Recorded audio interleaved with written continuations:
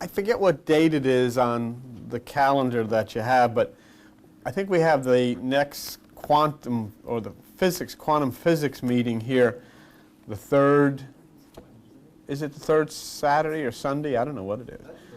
Sunday. Wednesday this month? No, Sunday this month. It's Sunday this month and then Wednesday the next. And basically, it's a very interesting thing to consider quantum physics in the light of our spiritual discoveries, because many of the things that you learned as a child when you went to church concerned the invisible, what we called spiritual. But now you find out that a lot of the things that are active and impact on us are invisible, but they're called subatomic. And in order to understand how these things work, you get into a realm called quantum physics.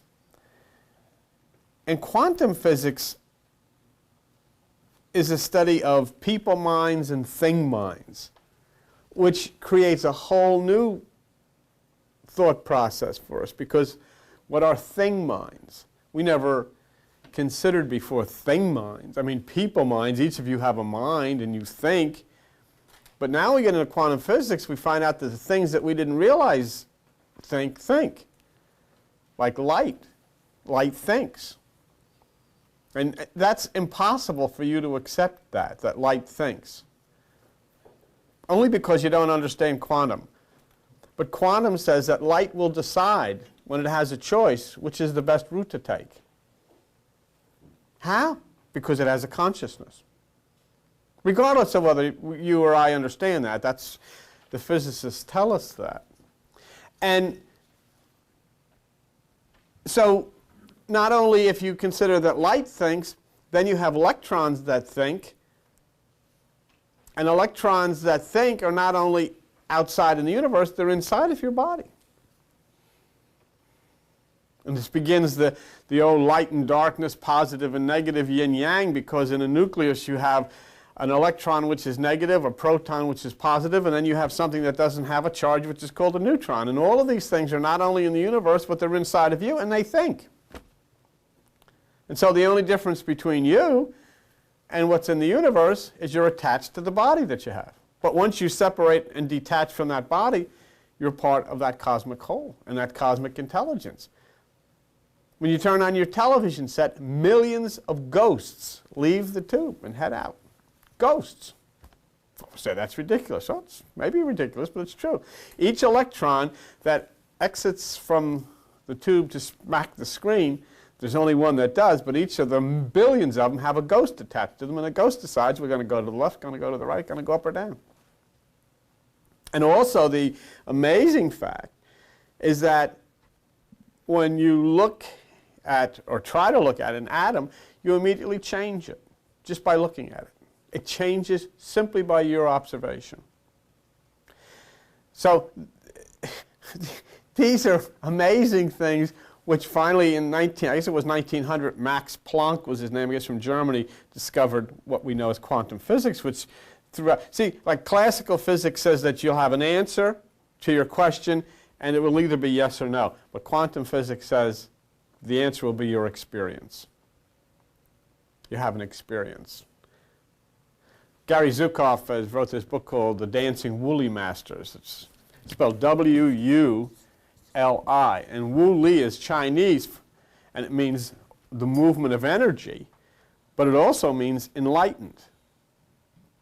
But the Woolly method, the teachers of this philosophy or science, whatever you want to call it, John, said you don't teach quantum, and you don't study quantum, you dance with it.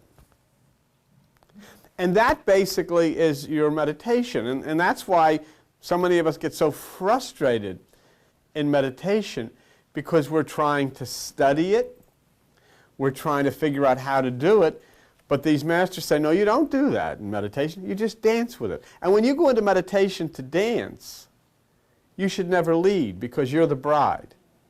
Let the bridegroom lead you in the dance. Let the music play, let the sound swirl, and let the bridegroom who's inside of you, which is the Christ figure, just sweep you off onto this cosmic ballroom and dance. And it sounds a little Disney-esque, but nonetheless, it's very beautiful and very true. See?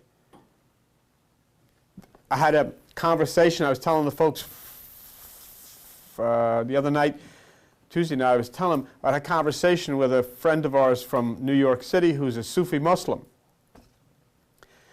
And we got into a lot of discussions about a lot of things, and he's very, he's a wonderful person to listen to talk, as most of these Sufi Muslims are. And he said, it is the mother in each one of us that is the fulfillment of our meditation. It's Pia Mater. And he says, even when you go to a wedding, think about it. There were two mothers getting married. The mother and the man and the mother and the woman. And they dance and they embrace. And he says that's why they call it matrimony and not patrimony. It always has been that way because it's the wedding, the coming together of the mothers. So there's so many beautiful things.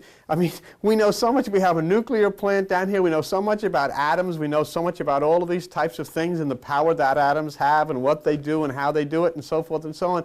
But in all of that, in all of the knowledge we have of the power, consider the fact that no human being has ever seen one. And the things that they do, religious people will say, the devil did it. Well, they're saying the devil did it because this unseen, invisible power. Gary Zukav in his book said, if hydrogen atoms didn't do it, then maybe the devil did.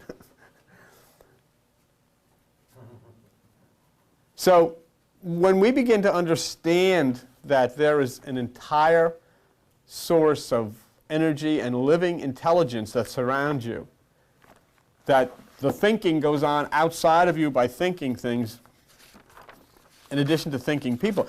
Then you come to this point where we are in what we're studying now and saying, hey, now that I begin to understand the nature of the world, the earth, the universe, the cosmos, now that I begin to understand that everything that is within the universe has a consciousness and thinks, that atoms think, electrons think, light thinks, that everything, then I realize that I'm not separated from it at all because all of those things that are whirling around are inside of me whirling around.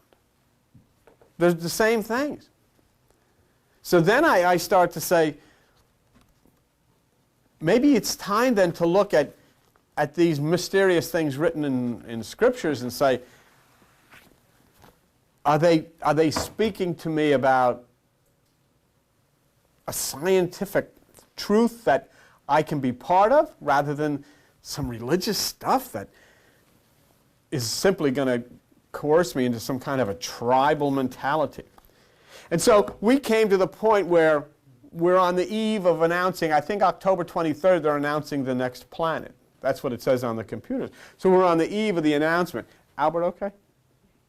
There was no place to park. He's coming. We're on the eve of the announcement that the seventh planet is in the constellation Leo. Right where it should be. I mean, you go around and you have Bibles in your hands and you get into astrology and astronomy and all of these things. You know about the Kundalini. You know about the rising from the solar to the pineal gland. You know that in order to move from the solar to the pineal gland, you first have to begin at virgin consciousness, separation from thought, out-of-body experiences, all of that kind of business in meditation.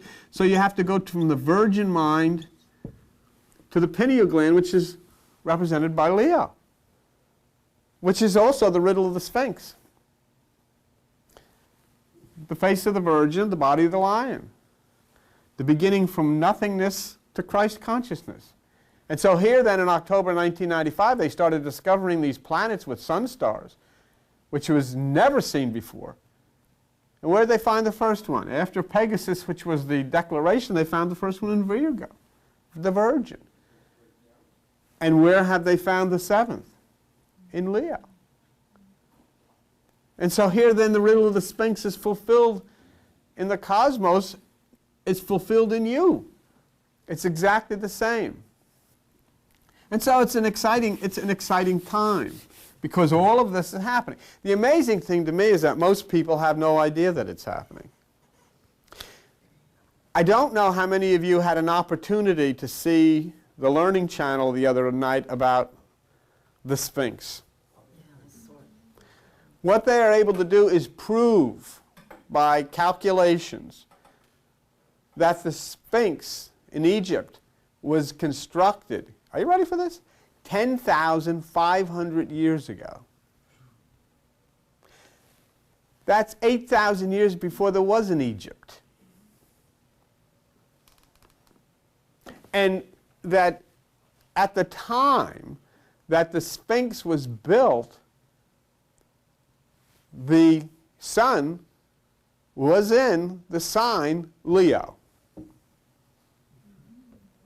So, you know, the astronomical implications not only of the Sphinx, but its positioning with the three of the pyramids at, you know, Giza and so forth and so on. It's an astronomical wonder, but 10,500 years ago. I mean, we got most religious people in Christianity don't even believe there was a world 10,500 years ago, because it says in here that Adam was running around with fig leaves for 6,000 years ago.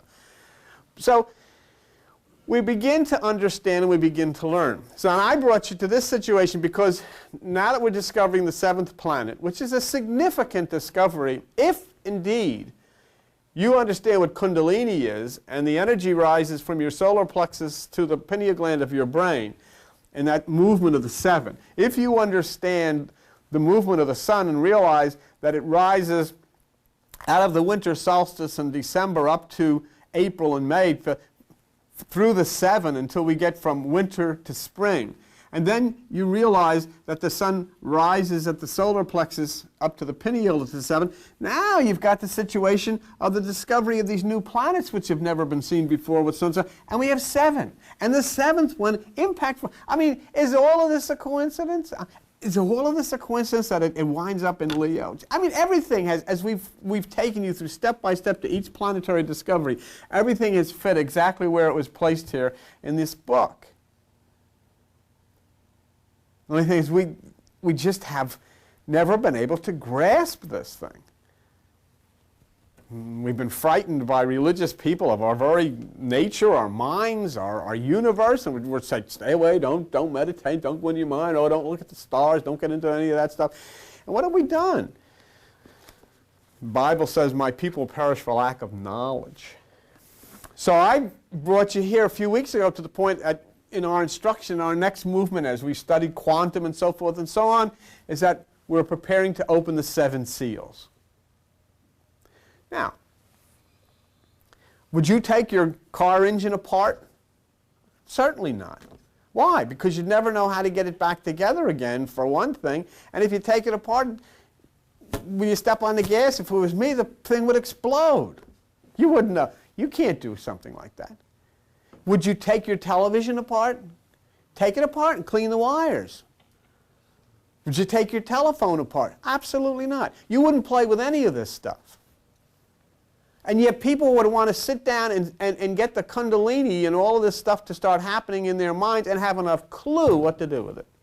Having a clue what it's about, where it comes from, how it's interrelated with physics, how it's interrelated with the electricity of the cosmos. They have no idea. You think there's just electricity in you? That electricity in you is attached to an electric source in the universe, electromagnetic fields. And I mean, it's not all of these names, religious names, spiritual names, there's something you have to understand. And so we got to the point of realizing that there's Revelation chapter 4, chapter 5, and chapter 6, which covers the stimulation of this, what they call Kundalini, this electricity that flows up the seven chakras. And we're in Revelation chapter 4.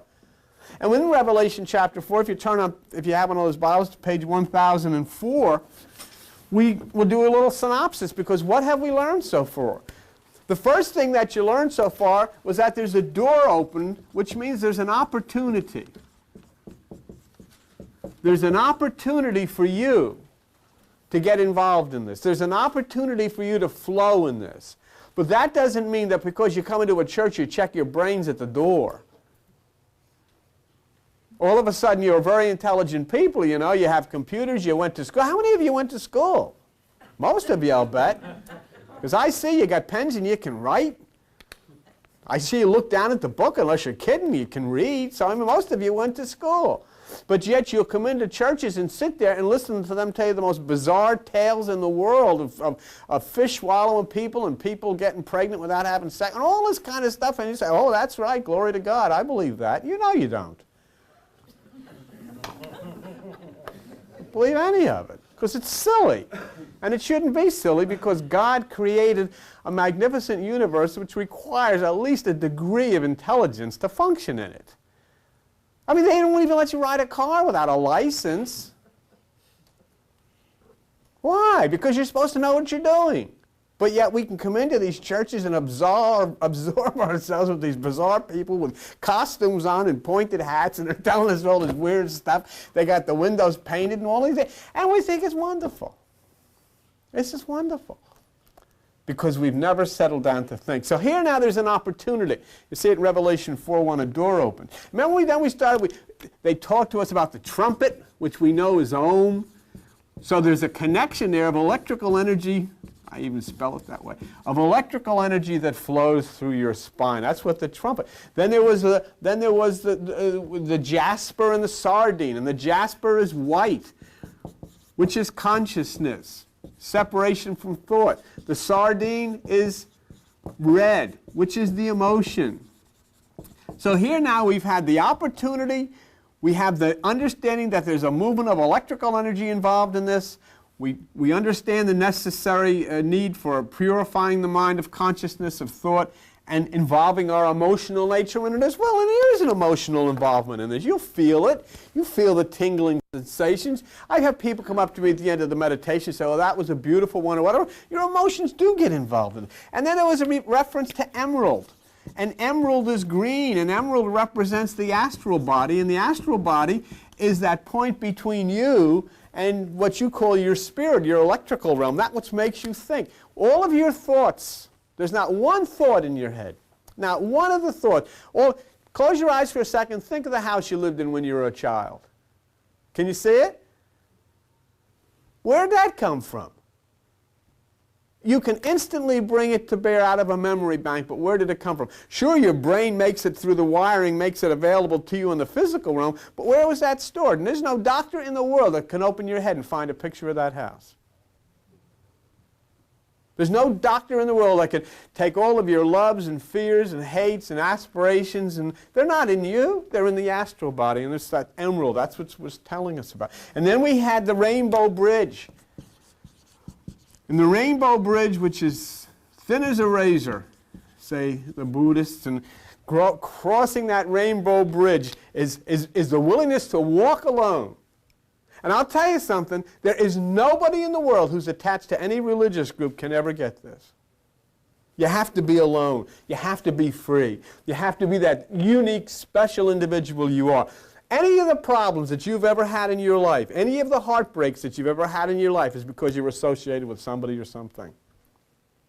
Everything that's ever gone wrong has gone wrong because you were trying to live up to somebody else's expectations. Every time. And the person that you're trying to live up to, they're trying to live up to somebody else's. And so we have the rainbow bridge, which is the 7 colors of the rainbow represent the 7 chakras. And then we had crowns of consciousness, and then last week they talked about the 4 and 20 elders. And when we talked about the 4 and 20, it immediately connected us to the cosmos. Because if you go out and you look at that map, and we showed you last week, the map of right ascension, the way we measured it, is measured in 24. You start at 1 and go to 24. So immediately. And why did they say 4 and 20? Because 4 is you. 20 is the universe. 4 is your physical, intellectual, spiritual, and emotional, connected to the 20. And it combines as the 4 and 20 or the 24, which you'll see on that star map if you go out there. And then last week we had lightnings, which is understanding, sudden enlightenment, and thunders, which is that shaking inside of you that says something has happened, something has changed. And then voices, it says voices being that which is the instructions that you receive. Somehow you know what to do. And then we had last week the 7 lamps lit by the fire. You go into a Jewish house and you can see the lamp. It's got 7 candles on it. Why? Because when the solar fire rises from your solar plexus, as it goes through each chakra, it lights it. Those are the 7 lamps. Those are the 7 candles. Until it finally rises up and hits the pineal gland. In the same way that the sun rises up and hits Aries and spring bursts forth. And so that's where we've gotten. And so we have not only are we instructed, before you touch these seals, before you start opening and fooling around with these 7 seals, understand what's involved here. You've got a tremendous opportunity given to you. But you've got to understand that it is you, it is your mind, it is the need to purge your mind of thought, and it is the need for you to realize that you have to be connected to that which is the universe, the electricity of the universe. And you want to do that. And you'll get people running up and down here with robes on, whatever, telling you, don't do that. Don't get involved in that stuff. And they've made a mess of the world and the earth and the people and the animals. So on page 1004, and you get to Revelation chapter 4, and we'll continue.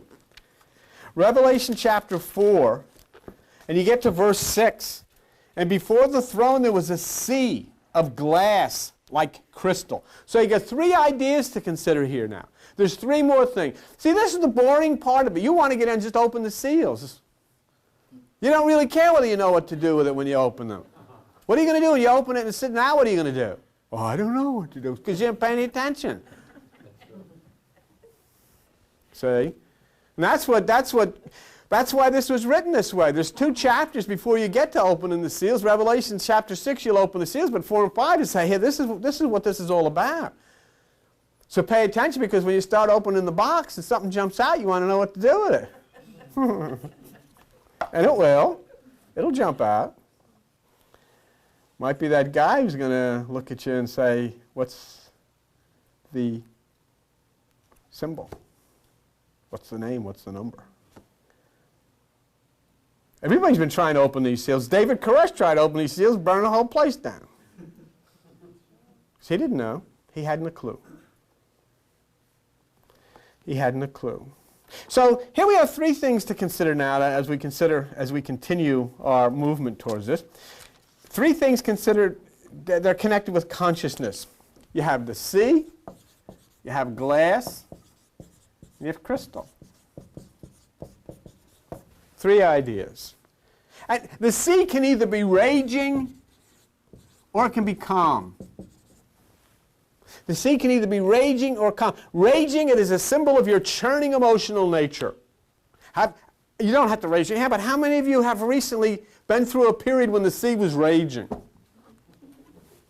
Sure, I understand. But at the same point now, after you've come through that raging sea, and whenever you're going through the raging sea, if you're like me, you just get up on the poop deck and start screaming. There is nobody in the world say everything's going to be all right, because the water is coming on top of you. There's a leak in the bow. The ship is going down. You're standing on it.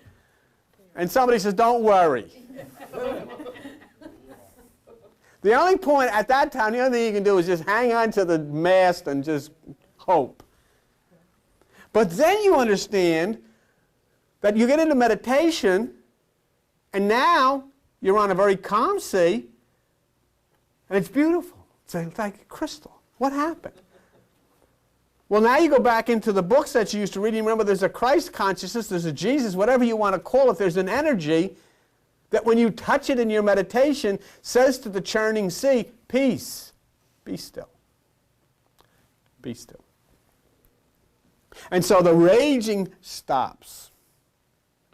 But here the sea is like glass. What's going on, the personality, the environment, it's like glass, it's calm. So here we're being told that our pre-seal opening time is a time of meditative serenity. It is a time of calmness. Be still. One of the most beautiful things, if you ever look out on the You ever get, one of these condos when you're on Myrtle Beach or someplace for a week and you look out your window or on your balcony and you look out at the ocean at night and the moon looks down on it and it's beautiful. It's calm. So the mind condition that you need to be into before you get to opening these seals is compared to the sea. It's massive. It's not any way controllable as is the earth. You can control the earth, but not the sea. Has immense power, see. But it's calm. So this is what you realize, that the raging sea is your mind, and the calm sea is the right hemisphere, the Christ consciousness. Now, if you look at verse 6 again, the symbolism is glass like crystal. What comes in? What should come in? What is crystal? Crystal filters. When a light comes through, white light comes through crystal. White light comes through glass. You know what comes out the other end of a prism? All different colors. Why? Because white light is not white. It's made up of all of these colors. That red shirt that you've got on is not red. That's the light that makes the colors. And so here then we see that the filter of the properties of crystal will filter out, what is it? Fear? Where does the fear come from? Were you born with fear? No. You weren't born with fear. When you plopped out on that tray and the doctor did whatever they do, what were you afraid of? You weren't fearful. That was built into you. Your loving family. Your church. All the people that were going to take care of you. Scared the hell out of you. You were raised with fear. We were talking about last night. I mean, I'm not going to go into my... I lived in the house of horrors. I lived in a fear factory when I was a kid. Guilt.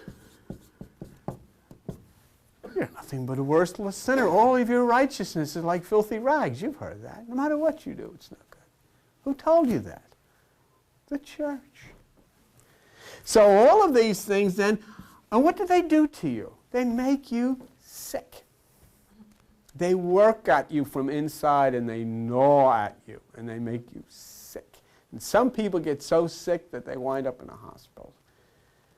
If we didn't have religion, we wouldn't even need hospitals. Because people would not get near as sick as they do. From fear and guilt come all of these different diseases. They break down your immune system. They break down your resistance. And it's all this garbage that's poured into people's heads. Right. But what does crystal do? What's the word? You know the word. Azozio. And what's the word zeo? There's a chemical. Zeolite. And what does zeolite do? Filters the scum out of all of the water. And what is azolite? Where did I get this from? Just some strange thing that came out of some cosmic thing that Joan Schultz faxed over? No. Comes in Webster's International Dictionary. The light that is filtered by crystal. And so that's what you want to do when your meditation brings you to this point of calmness. Then this crystal light filters out all of this kind of stuff that has made you sick and has hurt you. So crystal is pure knowledge, understanding from the source of all power, filtered away. Let's take a look at a couple things. When we studied UFOs a few weeks ago, remember we went to Ezekiel and he saw the UFO and he saw the man get out of the UFO in the white suit and go underneath and check the ground, and the ground was scorched, and then the guy got back into the UFO and it took off. This is in the Bible. We read all of this. And then it hovered over and Ezekiel said that UFO was God. That's in the Bible. But I want to show you something interesting. Go to page 678 if you would. And on page 678, if you look at the book of Ezekiel, and in Ezekiel chapter 1, verse 22, Ezekiel is describing the UFO. And he said, and the likeness of the firmament upon the heads of the living creature, well, it says the color of the terrible crystal. So he connects a crystal to the UFO. Say, I'd say, well, what could that possibly mean? Well, we don't even know what UFOs are because, you know, our knowledge is based totally on a scientific basis instead of on a basis of consciousness and where they come from, how they come from within, and so forth and so on. So here there's an attachment. Ezekiel attached cherubims to them, and we found that cherubims were part of the mind, and now he's attaching crystal to a UFO. So in other words, what we found out in the Bible, that there is more to UFO than what we've even seen with all of these people that go on Channel 5 or sightings and all of that stuff, know nothing about this, that there's a much deeper aspect to this than that they're manufactured on the basis of consciousness. You create them. And this is where you get into quantum physics and understand that by your observation something appears or doesn't appear, by your observation something disappears, and by the thoughts of your mind, once you understand how this all works, you create. It doesn't mean something's not there. It just means somebody else can't see, which you can. We'll get to that. So you have to think in the realm of a zozio to understand these things. All of these thoughts have to be filtered away. All of these things that you say, well, this couldn't be or that couldn't be, all of that stuff has to be filtered out of your thought process. And then you can get to the point where you start thinking, wait a minute here, I got a Bible in my hand, I see on television about UFOs, but now I'm reading about it in the Bible, and what's being said here is there's a connection not only to what I'm being taught as far as the seals and the 7 seals and the Kundalini, but the seals and the 7 seals and the Kundalini, the aspect of crystal, is also attached to the UFO. And with the 4 and 20, the fourfold nature in the Kundalini, what we're studying now, is also attached, as you'll see, that in reading Ezekiel, that the creatures had 4 faces, which are the 4 primary zodiacal signs, the face of the lion, the eagle, the man, and the bull. Taurus, Scorpio, Leo, and who's the other one? Aquarius. Okay. So let's go back to 1004 and plow through this. We're not too far from chapter 5, and but we're not going to rush it. What's the rush? Where are you going? You know, it's amazing. Where the heck are you going? Can you leave the planet? Can't leave the planet, so you're not going in. Isn't it amazing? Your planet is going 40,000 miles an hour, and nobody's driving it, and you're sitting on here, and you're going to go somewhere, or you're looking for security. You're going any nowhere. It's like a flea on a tennis ball. Okay, Revelation 4:6, and in the midst of the throne, around about the throne, were what? 4 beasts, full of eyes before and behind. So here we had the crystal and the connection with the UFO and the connection with the Kundalini inside of you. The 4 beasts are the 4 compass points: north, south, east, and west. The 4 beasts are the fourfold nature: emotions, spirit, physical, intellect. Okay? The 4 beasts are the 4 tribes, the 4 primary tribes: Reuben, Judah, Dan, Ephraim. So in other words, when you read about Ephraim in the Bible, you should be able to understand that you're reading about the aspect of the west, the intellect. Dan, you're reading about the emotions in the north. Judah, you're reading about the spirit in the east. And Reuben, you're reading about the physical in the south. See, Judah parks at the point of the rising sun in the east. Remember, there's 186,400 people in there, according to the Bible. That's the constant speed of light. Now, what is it that blocks out the light of the sun? Happens every day. Every day you've been alive, it's happened. The west. The sun goes down in the west. So what is it that blocks out the sun? What is it that blocks out the spirit? Your brain, the intellect. Oh, I don't think that could be. My pastor said I shouldn't listen to this stuff. I'll go to hell. So that's it. So you don't do it. And the way it's put together like this, that it is that which comes from the west that blocks out that which is of the east. So all of these things then become part of the atmosphere that you live in, the sociality that you take part in. The word beast is indicative of the animal nature. So you had people in Israel in the Bible for years killing animals. They still do, some of these people. They kill a little lamb and they kill a bird, or they'll hit some goat over the head, or they'll take a chicken, and so they kill a chicken and figure, okay, all the scuzzy things I've done all my life, that's all paid for by the blood of the chicken. Bark, bark, bark, bark, bark, and that's it. Come in. Can you conceive of where did we come from? How did we ever get to this point? Here we have, we talk about studying quantum physics and all this stuff, and we have people that are extremely intellectual. You're extremely intellectual. I sit down and talk to all of you people, and I know myself, I feel I've got, fairly good grasp on things, but I used to go to these places and sit and listen to this stuff too. And I wave my hand every once in a while. Hallelujah. What am I doing? For what? So the four beasts are these compass points, the connection to the human condition. We've connected it to the 4 and 24, which is the cosmic condition. Now we're connecting it through the 7, is connected to the beast. You ready?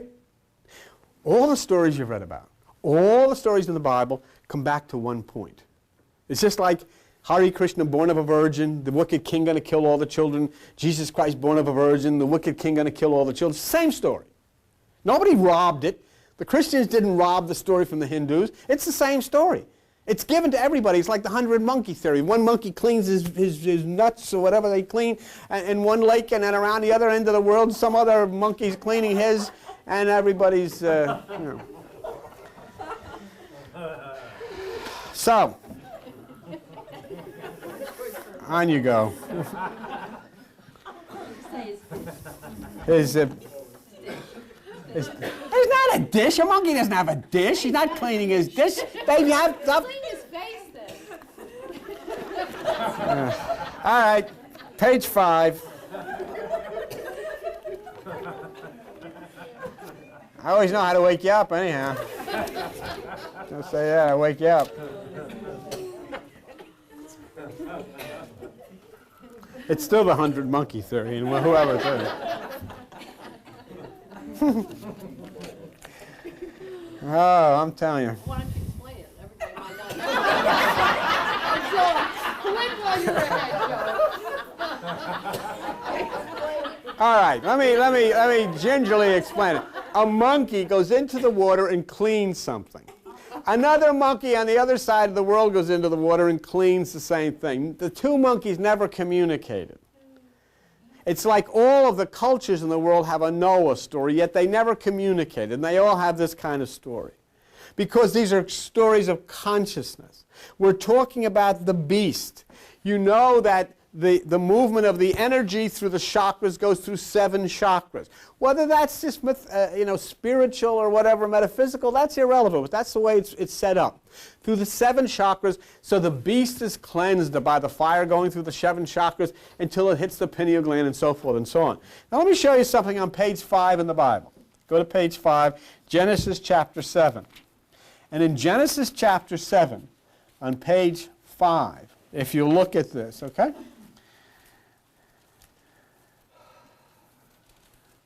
In Genesis chapter 7, verse 2, of every clean beast you shall take to you by 7s. See? Now, what you've been taught as a child all of your life is that this fool had a boat and he brought two of every kind. You didn't even know the part about the sevens.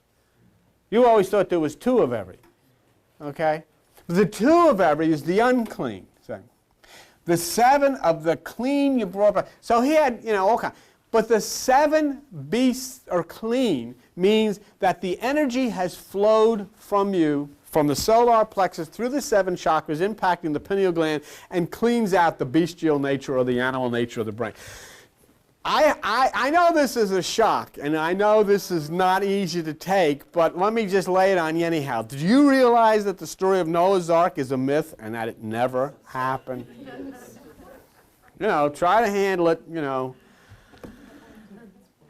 It is a beautiful, wonderful, important story about the ark that sits on your shoulders. And the ark that sits on your shoulders is that point of consciousness. And you take this energy by sevens. You rise upward and you take into this ark yourself. And those are the things that soar. The spiritual thoughts and the wild things, the wild thoughts, and the domestic things, the domestic thoughts. And you take them by twos, the positive and negative. You take them into the ark. And the storm that comes upon you while you're in that ark will make you shake. But it says stay in the ark. And there's no windows in the ark so that you can't look on anything. So you're in meditation. Only one window in the ark is so that you look up. And when the storm has finally abated, when all of these symbolic numbers take their effect, the ark rests and you're resting on the mountaintop and you step out of the ark onto solid ground and you are free. And all this has ever meant are people trying to figure out how a guy could get two of every kind of animal in the world in a boat and be there for 40 days while they're all going to the bathroom. Who's cleaning this thing? There ain't no windows in here. What kind of God is this? Hey, it's funny because it's silly, but this is part of the foundation of your culture. And you send your kids to these Sunday schools to hear this stuff. You can't miss this, Gerard. Glory to God. God will be mad if you don't hear about this. Now, page 1004, Revelation 4, Revelation chapter 4 and verse 6. And it says, and the four beasts were full of eyes before and behind. What would that symbolize? It symbolizes perception. You can see. Do you know what a lot of you have now? An understanding of what this stuff meant from the past. You can see behind. Eyes in front. Behind is the understanding of what went before. You understand that the atom is nuclear fission, that there was no such guy as that. You understand about the construction of the temple, and you understand about all the things that you and I have discussed before. So you see behind of all the things that took place, and you have an understanding. And now you're understanding what's coming.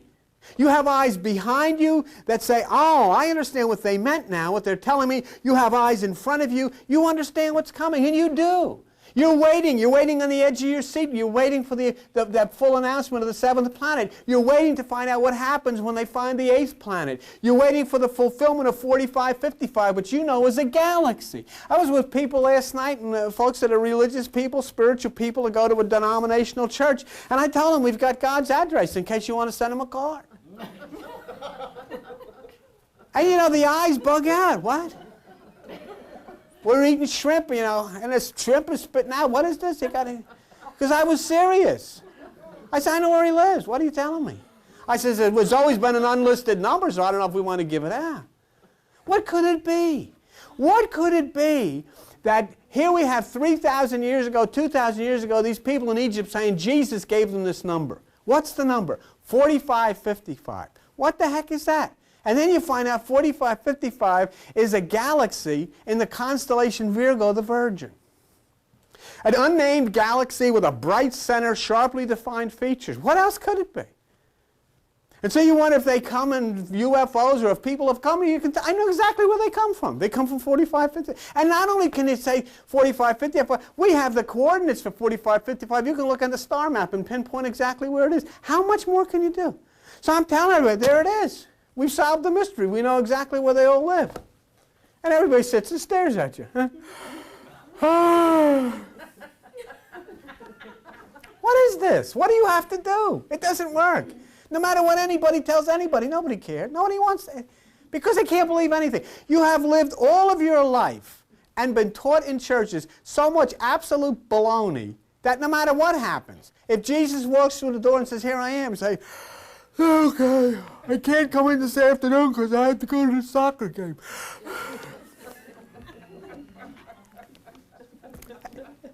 It's impossible. See? So what happens then? You just have to be caught up in the experience, as the quantums say. You just have to suddenly find, here I go. You don't even know whether it's anybody's second coming, third coming, whether they came or whatever. It's irrelevant. So anyhow, the eyes at the back give you an understanding of what life, how it was put together. The eyes in the front as to what is coming. Clarity of thinking and mind of crystal.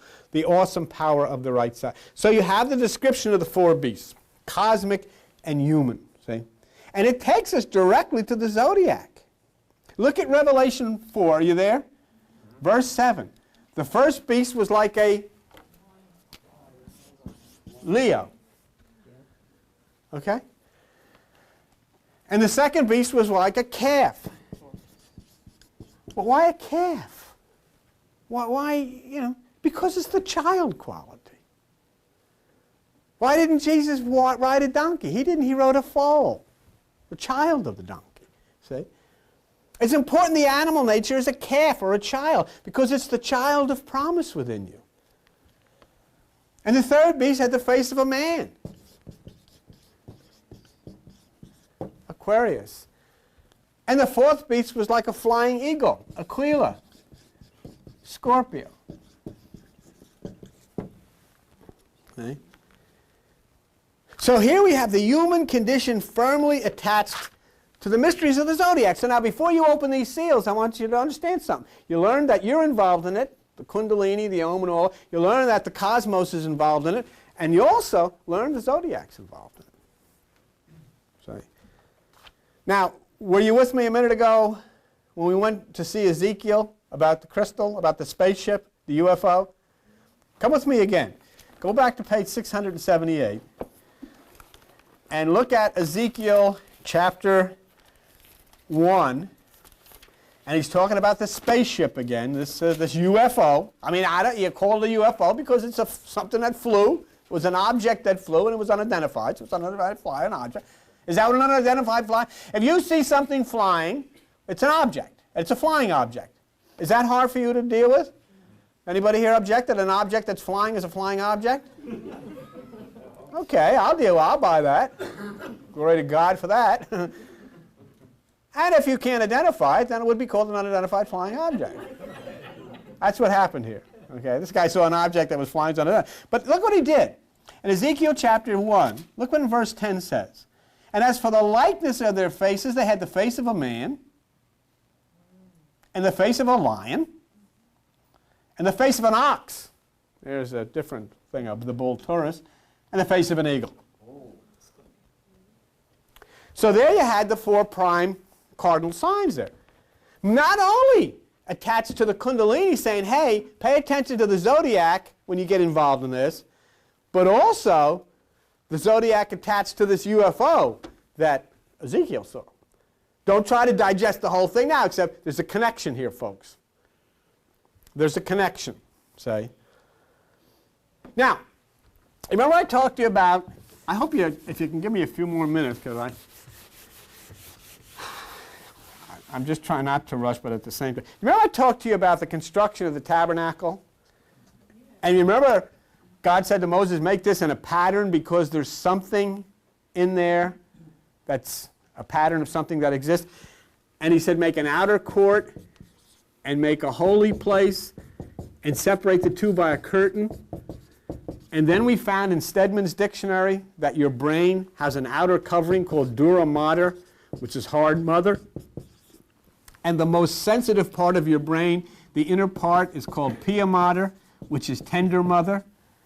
And the dura mater and pia mater are separated by arachnoid, which is the web or curtain. meaning that the tabernacle, which is not built with human hands, is described in the Bible and described in Stedman's medical dictionary exactly. The tabernacle is your head. Okay? Now, the reason I wanted to bring that to you is because are you still in Ezekiel? You're still here. Okay. Would you go to page 715? And on page 715, Ezekiel has a little change. He's away now from the UFO for a moment, and he's gone into this holy place, which is the tabernacle. And we know that the tabernacle is your head. And in Ezekiel chapter 41 and in verse 17, look what he says, to that above the door, even unto the inner house. Well, the inner house is pia mater. Pia mater is the inner part of the brain, okay? And in verse 18, it was made with cherubims. Now remember, the cherubim are what he identified, the fellow getting out in the white suit of the UFO as cherubim. So now we have a connection with the UFO and the brain. What I'm telling you here is that people who have seen UFO, for whatever reason, have had an experience of consciousness and really have. You manufacture, bad word, these things manifest when the conditions are right here, for whatever reason. It's like Gary Zukov said in, or one of them on the Zen meditation, or whatever that book was, a cosmic sense, or whatever the heck it was, Zen physics, that any person, if you've never meditated before, if you don't even know what meditation is or anything like that, but the conditions are right at a particular time for whatever reason, bang, you have the experience. Okay? So we go into this tabernacle, we see this cherubim, and now we look at 41:18, a cherubim, and every cherub had two faces. Do you see that? Every cherub had two faces. Look at verse 19. The face of a man towards the palm tree on one side, Aquarius. All right? Face of a man on the palm tree to one side, Aquarius, and the face of a young lion on the palm tree to the other side, Leo. So here we have the intellect, the mind, the man, Aquarius. That's your brain. And then we have the pineal gland, the source of the opening of the crown chakra, Leo. Daniel describes the beast in his description of the lowest nature. He said there's four great beasts, the lion, which was Leo, Scorpio, and so forth in the same way. He also saw a bear and a leopard. So in Revelation, then, we see the beasts who provide an opposite to the lower beasts that are in Daniel. We see in Revelation the beasts of the higher consciousness, which now we understand the 4 points of the compass. Let me look just for a minute, because I want to show you, and then we're out of here. I wanted to show you, and I was going to skip this, and then just inside of me it said, don't skip what you wrote. Because I wrote this down, I was going to skip this because of the fact that I don't want to keep it too long. Mistake. And I was just told that. Isn't it amazing? Somebody just said, fine, you skipped that. Don't skip that. Okay. So let's not skip that. We get this guy ticked off, and we got a lot of trouble here. 45, 55, you ain't seen nothing yet. Here we go. Page 730. I can't skip that. That's amazing. I know you don't know what the heck I'm talking about. You say, this guy's taking comes out of spasms up on the stage up there. But I was just, a voice spoke to me as clear as if I had heard you, and the voice says to me, you skipped that, don't skip that. You know, and I won't skip that. We've heard from, where am I? 7:30. 7:30 what? Oh, Daniel chapter 7, okay. That was quite an experience I had. Yes. Yeah, I'm on myself, I'm looking at you, and a guy yells in my ear. Daniel chapter 7, verse. And you know what? Only because I choose that most of you people here understand that I could say that. I couldn't say that. You know, if there was somebody here for the first time, they're out of here. But you know exactly what I'm talking about. Daniel chapter 7, verse 3. And the 4 great beasts came up from the sea. Now these are the same beasts that you see in Revelation, but they're the lower nature. Don't forget, everything is a duality. Remember what I told you, the electricity can make it nice and warm in here and can give you light and you can play music and everything. But if screw it up and it'll burn the place down. So, I mean, there's a duality. Okay, you got the 4 great beasts. Look at verse 4. The first was like a lion and had eagle's wings. So we have the combination here. Leo and Scorpio. Maybe we'll have to get one of our people that are into astrology to tell me what you think that would mean. I don't even know. I didn't dwell with it that far. Go to verse 5. Behold, another beast like a bear. And look what it was doing. It had 3 ribs in its mouth between the teeth. I mean, this was devouring the flesh. You know what it's saying? It's like Taurus and the lower nature. It rips you apart. And it's not that your friends are ripping you apart. It's like, remember what Buddha said? Buddha said, you know, you have a person and somebody comes up to him and they cause some trouble and the person's like, you're always coming around here and stirring stuff up, Gloria. Always come. Everything is nice. Everything is calm. Then you come in, start shooting your mouth off, stirring up. Yep, you got me crazy. Now, Buddha said, wait a minute. If you have sediment in your cup, then somebody else can stir that cup and the water is going to get dirty. But if you've purged the sediment out of your cup, they can stir all day long and that water will stay clean. So basically then, the beast is us, and what's being devoured is us, by ourselves, see? Because we're dwelling down with the beast. The 6th, verse 6, and then I beheld another like a leopard, which had on its back 4 wings, and also had 4 heads and so forth. But the leopard is a symbol of what? Confusion. Why? Because it's truth mingled with error because of the black and white spots. I didn't make that up. I mean, you can look at Gaskell's or whatever. That's why it's a leopard in the book. Because a leopard is a symbol of confusion because of all the different spots. See? And it says in verse 7, this strong and exceedingly iron teeth and so forth and so on, and it was diverse from all the beasts that were before it, and it had the 10 horns. This is the unnamed horror, the dark time of the soul. And you've all gone through it. Some of you have gone through it recently. You felt all of this stuff. You're scared to death. But in Revelation now, as we prepare to open the 7 seals, it's a whole different thing. It's those same 4 beasts. You have the eagle, you have the lion, you have the man, and you have the bull. But they're in a positive state now. They're with that UFO or whatever it is, and they're here now as we're getting ready to embark on opening these 7 seals. And the beasts of Daniel we just read about were the fear, the beasts of Revelation restored, saved us out of this with the lion, the sun, sitting at the right side. So these are tough things to do, I know, in working through the pre-opening of the seals, but you know, it's necessary for us to do this, and you'll be greatly rewarded when we get to chapter 6 of Revelation. You'll be greatly rewarded, and you will see how the knowledge that you're accumulating now will help you so much when you take that envelope in your hand and shake to open the first seal. And then as it opens and it pours out onto you, and the understanding that you'll have because of this. And it was just like, see, what happened to me a few moments ago is that when we're given these things, we can't jump because of trying to save time or anything like that. But yet I'm very grateful that we're so close to the instructors of this message that, you know, they would intervene instantly.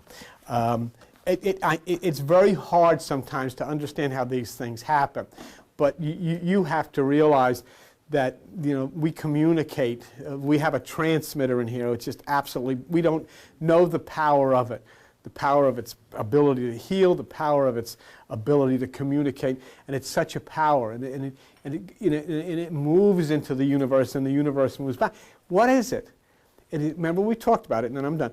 It is that which causes a receptor in your brain to arc with electrical signal from one point to another.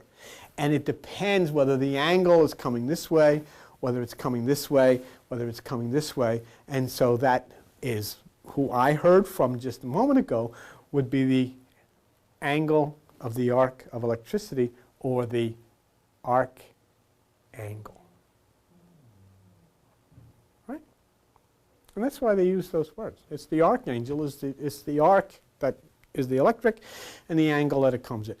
And it depends, as I said, the angle that it comes in will cause you to feel and think differently. So we've moved that much closer to the seals and opening them, and we'll go from there. I may be, it depends on the announcement that comes through and we see on the computer, I may be necessary to, I'm hoping we don't interfere with this. That's why I left me and said, what do I do? Because if we announce the 7th planet fully, and we get into that, I don't want to get you off or get myself off course on what we're doing here.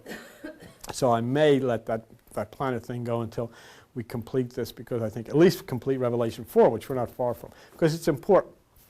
You know, and what we're doing, we're treating each other as adults in understanding these things, but it's very important. Okay, thank you very much, and we'll see you back. Bye-bye.